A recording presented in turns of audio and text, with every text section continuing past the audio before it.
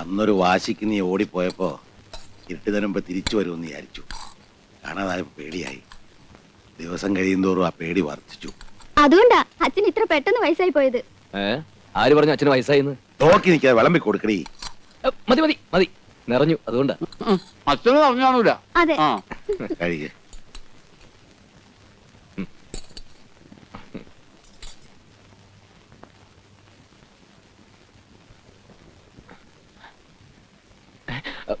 എന്താ മോൻ പേടിച്ചോ?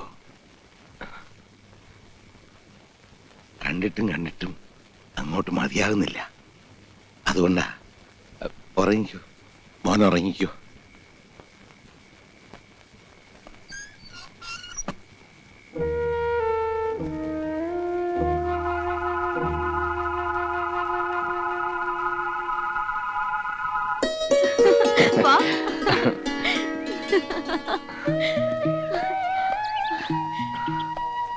വന്നു, എന്റെ ബാലേട്ടൻ വന്നു. പ്രാർത്ഥിക്കേ, ഒരുപാട് പ്രാർത്ഥിക്കേ. ദീർഘായുസോടെ കാത്തു രക്ഷിക്കണേ. പണിക്കരേ, എന്താ എന്താ പണിക്കരെ, എന്റെ ബാലേട്ടൻ വന്നു. ഇതാ എന്റെ ബാലേട്ടൻ. പണിക്കരുടെ മന്ത്രം കൊണ്ടാ വന്നത്. ഞങ്ങൾ അനുഗ്രഹം വാങ്ങാൻ വന്നതാ. തൊട്ട് തൊഴു ബാലേട്ടാ. ഓ ദീർഘായുഷ്മാൻ ഭവ. എന്നെ കളിയാക്കിയവരോടൊക്കെ എന്റെ ബാലേട്ടനെ കാണിക്കണം. ഞങ്ങൾ പോട്ടെ പണിക്കരെ. വാ ബാലേട്ടാ, വേഗം വാ. എന്റെ ദൈവമേ, ഞാൻ ജപിച്ച മന്ത്രം വലിച്ചെന്നു.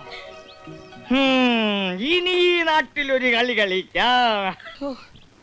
ഇത്രയും നാൾ എന്റെ കൂടെ നടന്നിട്ടും അവനാണ് ബാലൻ എന്ന് എനിക്ക് ഒരു തെളിവും കിട്ടിയില്ലല്ലോ. അത്ഭുതമായിരിക്കുന്നു. ഒരത്ഭുതമില്ല. സ്വന്തം തന്തയ്ക്ക് മനസ്സിലായില്ല. എന്നെയോ? തന്നെയല്ല, ബാലനെ. എനിക്കൊരു സംശയം. ഈ സ്വന്തം തന്തയ്ക്കെങ്ങാനും തെറ്റുപറ്റിയതാണോ? എടോ, എന്തോ തന്റെ തന്തയ്ക്ക് ഇങ്ങനെ ഒരു തെറ്റ് പറ്റിപ്പോയെന്ന് കരുതി എല്ലാ തന്തമാർക്കും അങ്ങനെ പറ്റണമെന്നുണ്ടോ?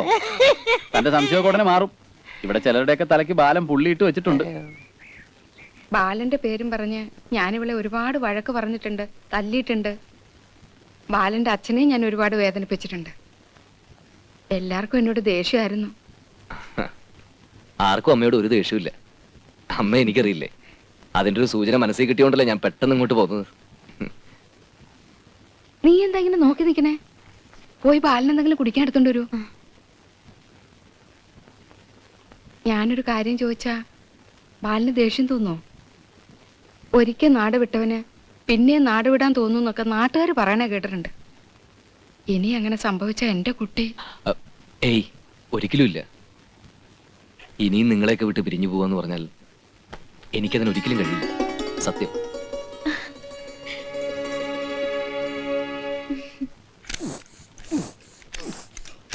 ഇളിച്ച് കാണിക്കാതെ അടിക്കണോ? അടിച്ചോണ്ടിരിക്കുമല്ലോ ഇവനെ. പെട്ടിയാണോ? എന്തോ എന്റെ മോൻ വന്ന് കേട്ടോ. നീ അറിഞ്ഞോ? ഞാൻ കാണുകയും ചെയ്തേ. ഇവിടെ ആരാണ്ടൊക്കെ പറയുന്ന കേട്ടല്ലോ അവൻ ചത്ത് മണ്ണടിഞ്ഞു പോയെന്ന്. അവൻ വീട്ടിലുണ്ട്.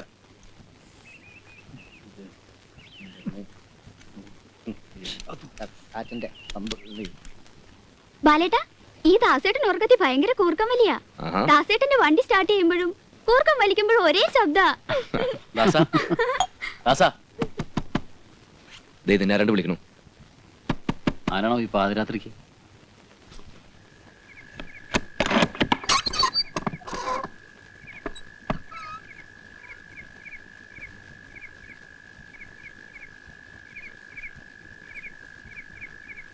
അശ്വതി എന്നോട് കയർത്തപ്പോ പെട്ടെന്നുള്ള ദേഷ്യത്തിൽ ഞാനങ്ങനെ ചെയ്തു പോയതാ.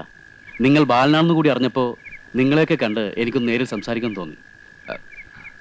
അകത്തേക്ക് ഇരിക്കാം. വേണ്ട, അച്ഛനെ ഉണർത്തണ്ട. നമുക്കങ്ങോട്ട് മാറി സംസാരിക്കാം.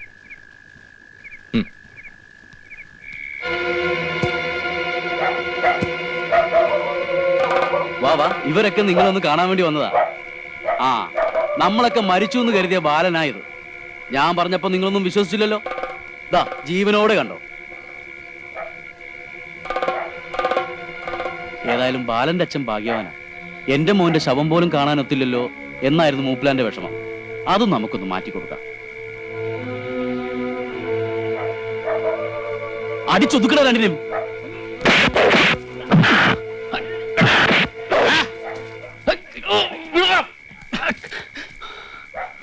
തൊട്ടുപോകുന്ന മക്കളെ, കൊല്ലണ്ടേ പട്ടികളെ തന്റെ ഉണ്ടെ കാണണ്ടാ കൊന്നളെ ഞാൻ എന്റെ മക്കളുടെ ദേഹത്തേക്കാണ് തൊട്ട എല്ലാത്തിനെയും അരിഞ്ഞുകളയും ഞാൻ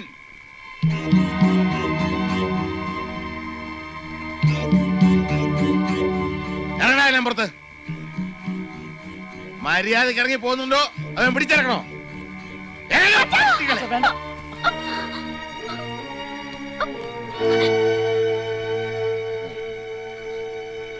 അയ്യോ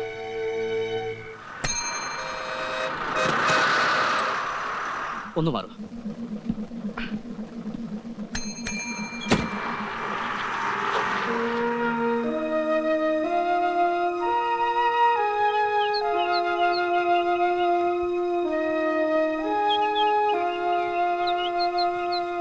ആരാ എന്താ മനസ്സിലായില്ല? ഞാനും അങ്ങനെ കാണാൻ ചെന്ന വീട് പൂട്ടിയിട്ടിരിക്കുക. രാവിലെ തന്തേ മോളും കൂടെ എങ്ങോട്ടോ തെണ്ടാൻ പോയി. പിന്നെ എവിടുന്ന് വരുവാ?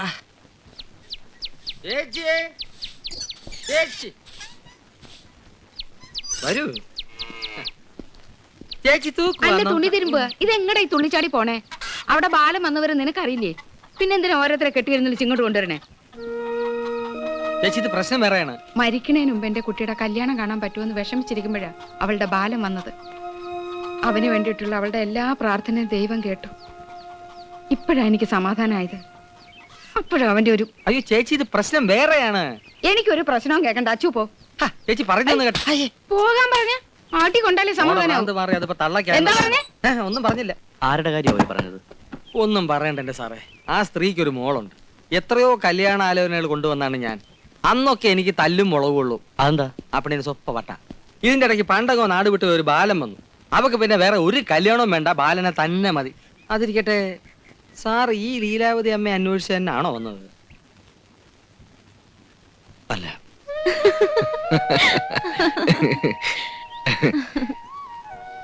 ഇപ്പൊ എനിക്ക് തോന്നുന്നു ഈ വരവ് കുറച്ചുകൂടി നേരത്തെ ആവായിരുന്നു. ഈ സ്നേഹബന്ധം എന്നൊക്കെ പറയില്ലേ, അതിന്റെയൊക്കെ ഒരു വില മനസ്സിലാക്കുന്നത് തന്നെ ഇവിടെ വന്ന് നിങ്ങളെയൊക്കെ കണ്ട ശേഷം. അച്ഛനെ പേടിച്ചിട്ടായിരുന്നോ ബാലേട്ടൻ ഇതുവരെ വരാതിരുന്നത്? ആ ഒന്ന് പറഞ്ഞ പേടി തന്നെയായിരുന്നു. എന്റെ പ്രാർത്ഥനയാ ബാലേട്ടനെ ഇവിടെ കൊണ്ടുവന്നത്. ആ പിന്നെ എല്ലാരും ചോദിക്കുക നമ്മുടെ കല്യാണം എന്നാണെന്ന്. ഇനി ചോദിക്കുന്നവരോട് പറയണം, 60-ാം കാലത്ത് പല്ലും നഖമൊക്കെ കൊഴിഞ്ഞ് മുടിയും നരച്ച് ഷഷ്ടിപൂർത്തിയും കല്യാണവും ഞങ്ങൾ ഒരുമിച്ചാണ് നടത്താൻ പോകുന്നത്. എന്താ പോരെ? പോ ബാലേട്ടാ. എപ്പോഴും കളിയാക്കലാ.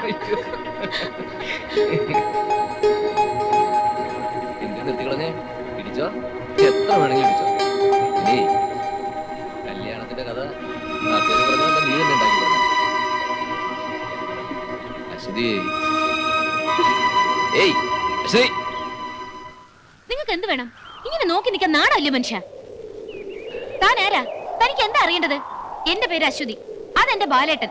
ഞങ്ങൾ അന്യോന്യം സ്നേഹിക്കുന്നു, കല്യാണവും കഴിക്കും. പോരെ?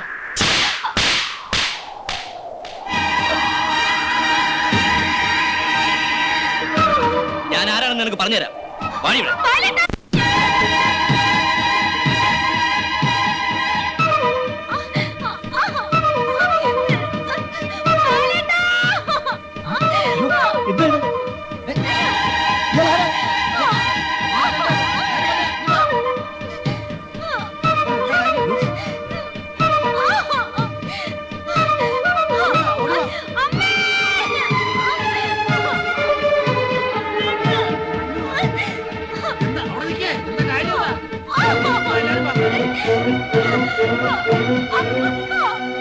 അയ്യോ മോളെ, എന്താ ഇത്? ആരാടാ നീ? മോളെ ആരാണെന്ന് വളർത്തുമ്പോ നേരെ മണ്ണം വളർത്തിക്കോണം. നായ്ക്ക് ഭ്രാന്തി വന്ന വെടിവെച്ച് കൊല്ലാം. ഈ പ്രായത്തിൽ പെൺപിള്ളേർക്ക് ഭ്രാന്തി വന്നാലേ ആണുങ്ങളുടെ കൈ ധരിച്ചെന്ന് വരും.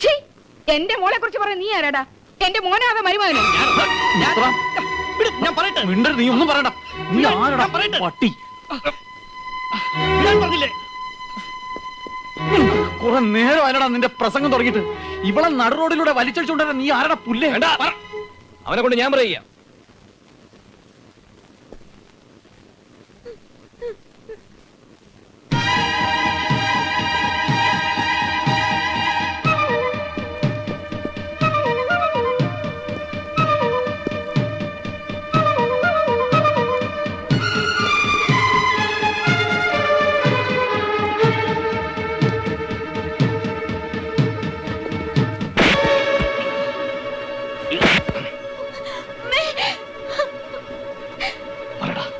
എന്റെ അശ്വതിത്തോടെ നീ ആരാ? ഇതേ ചോദ്യം ഞാൻ അങ്ങോട്ട് ചോദിക്കുന്നു. നീ ആരാ?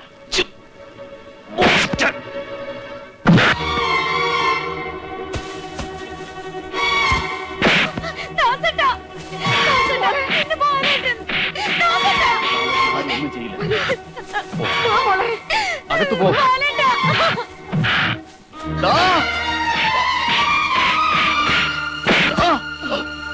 വേണ്ടുമല്ലേ പറഞ്ഞത്? വേണ്ട.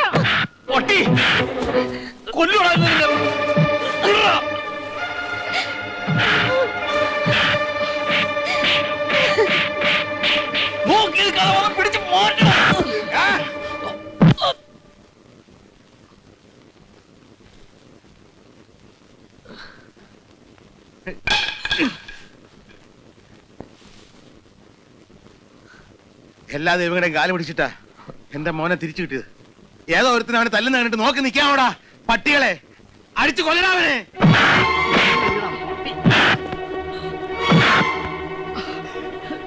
അടിയടാ.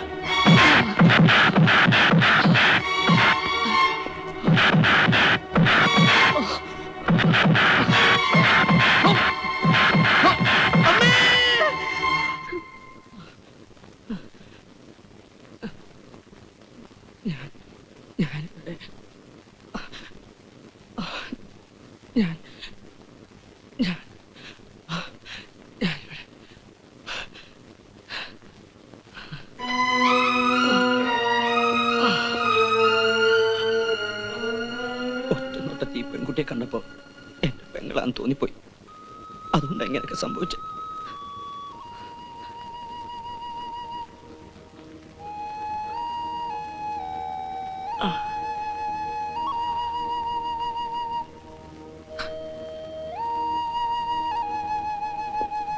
ഒരു ചേട്ടന് കൊടുക്കാവുന്നതിനേക്കാൾ കൂടുതൽ സ്നേഹം കൊടുത്ത ഞാൻ എൻ്റെ പെങ്ങളെ വളർത്തിയത്. പക്ഷേ അവൾ എന്നെ ഒറ്റപ്പെടുത്തിയിട്ട് മറ്റൊരാളോടൊപ്പം പോയി. അന്നു മുതൽ അവിടെ പ്രായത്തിലുള്ളവരെ കാണുമ്പോൾ എൻ്റെ മനസ്സിനെ എനിക്ക് നിയന്ത്രിക്കാൻ കഴിയുന്നില്ല.